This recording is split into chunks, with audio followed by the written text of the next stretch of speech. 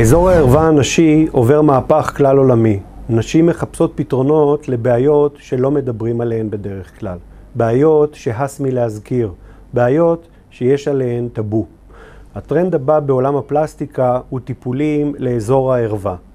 מטרת הטיפולים לשפר את מראה האזור מחד, ולתקן בעיות ולתת מענה רפואי מאידך. אם את נמנעת מללכת מבגד ים בגלל בליטה של שפתי אפות, חובה קושי ביחסי מין, עקב יובש של הנרתיק, או את מגבילה את עצמך מפעילות גופנית, או אפילו לצחוק את לא מרשה לעצמך, עקב דליפת שתן ופרסומות של חיתולים מדברות אלייך, אז תדעי, יש פתרונות לכל אלו ולעוד מגוון רחב של בעיות. אנו עדים לעלייה כלל עולמית בדרישה לטיפולים באזור הנשי. למה ומדוע בעצם? ובכן, מספר גורמים מעלים את המודעות וגורמים לנשים לחפש פתרונות. ביניהם הטרנד של הסרת השיער מאזור הערווה, החשיפה לפורנו, וכן השיח שהולך ומתרחב במדיה הדיגיטלית והכתובה היומיומית. אותו התהליך שעבר על חלקי גוף אחרים קורה כעת לאזור הערווה הנשי. מגוון פתרונות קוסמטיים, פתרונות אסתטיים ופתרונות כירורגיים באים לתת מענה לשלל תלונות, בעיות ורצונות שנשים מעלות. לנשים וגם לבני הזוג יש דעה ומחשבה לגבי איך הדברים צריכים להיות. אם אפשר או אי אפשר לחיות עם מה שיש, ואת מה רוצים ואולי ניתן לשנות, לשפר ולתקן. אנו עסוקים ביום יום הרבה יותר עם האזור הקטן כל כך מבחינה פיזית, אך גדול ומשמעותי כל כך ביום יום שלנו. רעיון הניתוחים באזור הערווה אינו חדש, קיים מזה 2 עשורים לפחות, ומצוטט ומוצג בספרות המקצועית. למעשה היום בעולם המערבי אפשר להחשיב תחום זה כתת התמחות באזור הספציפי בגוף האישה. תחום זה בעל נגיעה לתחומים מקבילים וחופפים. תחום הגניקולוגיה, תחום הפלסטיקה המשחזרת והפלסטיקה האסתטית, וכן תחום הדרמטולוגיה או רפואת העור. מגוון כלים, ביניהם טכנולוגיות מתקדמות כגון לייזרים, עומדים היום לרשות המטפלים כדי לתת מענה כמעט לכל בעיה. עולם חדש של פתרונות בא לתת מענה לבעיות שונות, חלקן רפואיות, חלקן אסתטיות וחלקן גם וגם.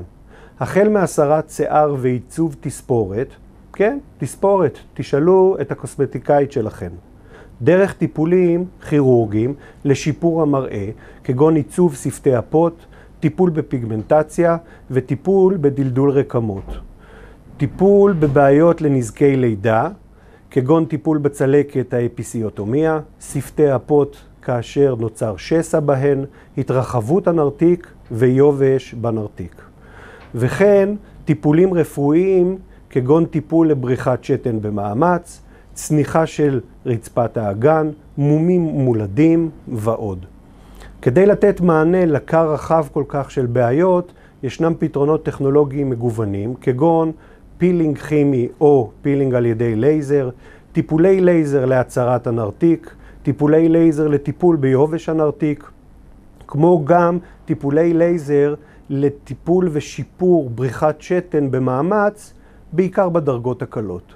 טיפולים כירורגיים אסתטיים, כגון הזרקת שומן לצורך עיבוי רקמות מדולדלות, במקרים של דלדול רקמות לאחר ירידה מסיבית במשקל, או מפאת הגיל והגנטיקה.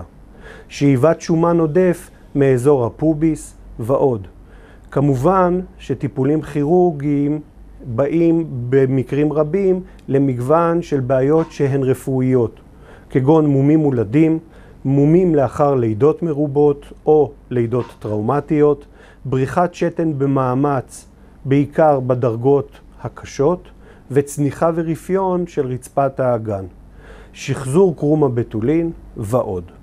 טיפולים רבים דורשים חדר ניתוח, אחרים נעשים במסגרת אמבולטורית או במרפאת הרופא. ברוב המקרים, ההחלמה והחזרה לתפקוד היומיומי, וכמובן לתפקוד המיני, היא מהירה. לסיכום, ישנו מגוון בעיות ותלונות שניתן לטפל בהן בין אם התלונות הן אסתטיות ובין אם הן רפואיות. וכמו כל בעיה רפואית, בהן דרוש טיפול, יידרש איסוף מידע של ההיסטוריה הרפואית, בדיקה פיזיקלית ובחירת הטיפול המתאים לתלונות המטופלת ולממצאים שהתגלו בבדיקה. בואו לשפר את איכות חייכם, כי ניתן לטפל בדברים שמפריעים לכם. שיהיה בהצלחה.